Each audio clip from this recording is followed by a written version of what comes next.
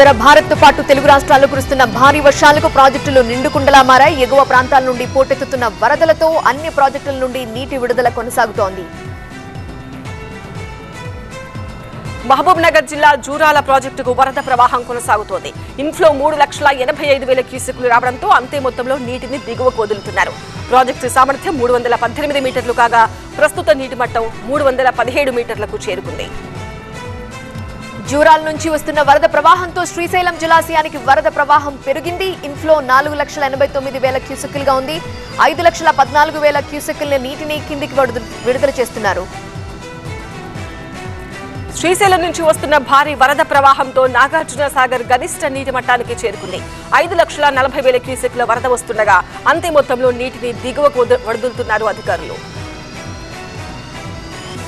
Pulichintala project వద్ద కూడా నీటి మట్టం భారీగా పెరిగింది. ప్రాజెక్టు సామర్థ్యం 175 అడుగులు, ప్రస్తుతం 172 అడుగులకి చేరింది. 5 లక్షల క్యూసెక్కులకు పైగా వరద వస్తుండటంతో అంతే మొత్తంలో నీటిని కిందికి విడుదల చేస్తున్నారు.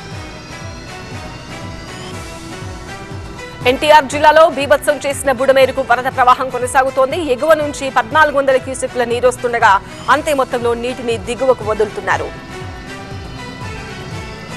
ప్రకాశం బ్యారేజ్ కి వరద కాస్త తగ్గింది. బ్యారేజ్ కి 9,79,000 క్యూసెక్ల వరద ప్రవాహం కొనసాగుతూ ఉండడంతో 70 గేట్లు ఎత్తి అంతే మొత్తంలో నీటిని దిగువకు వదిలేస్తున్నారు. రెండో ప్రమాద హెచ్చరిక కొనసాగిస్తున్నారు.